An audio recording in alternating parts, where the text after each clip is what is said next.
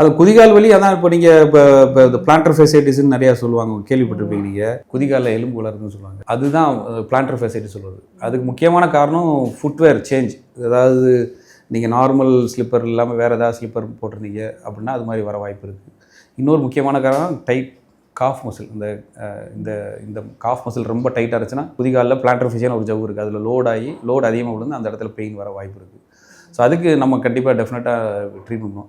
இந்த மாதிரி பேஷண்ட்ஸுக்கு எப்படி பெயின் இருக்குன்னா, காலையில் அதிகாலையில் எந்திரிக்கும் போது பெயின் இருக்கும். ஸோ எந்திரிச்சு ஃபஸ்ட்டு டைம் காலை ஊண்டும் போது அவங்களுக்கு வலி அதிகமாக இருக்கும். இல்லை ரொம்ப நேரம் உட்காந்துட்டு ஆஃப்டர் பீரியட் ஆஃப் ரெஸ்ட் உட்காந்துட்டு எந்திரிக்க நடக்கும்போது அந்த குதிகாலில் வலி இருக்கும். ஸோ அதான் பிளான்டர் ஃபேசைட்டிஸ் சொல்லுவாங்க.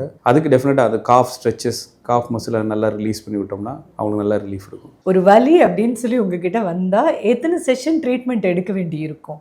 நம்மகிட்ட நிறைய பேஷண்ட் ஒரே செஷன்லேயே பெட்டராக இருக்காங்க. அதுக்கப்புறம் வருஷக்கணக்காக மாசக்கணக்காக வலியை வச்சுட்டு இருக்கிறவங்களாம் நிறைய பேர் இருக்காங்க எனக்கு தெரிஞ்சு. வர சொல்லுங்க. அசிஸ்டட் ஒரே செஷன்லேயே மேக்ஸிமம் நிறைய பேருக்கு சரி பண்ணிடுவோம். அதுக்கப்புறம் அவங்களுக்கு கொஞ்சம் எக்ஸசைஸ் கொடுப்போம், அதையும் அவங்க ஃபாலோ பண்ணணும். ப்ளஸ் அந்த லைஃப் ஸ்டைல் சேஞ்சஸ் நம்ம அட்வைஸ் கொடுக்குறத ஃபாலோ பண்ணாங்கன்னா அவங்களுக்கு பெர்மனெண்ட்டாகவே பெயின் ரிலீஃப் இருக்கும்.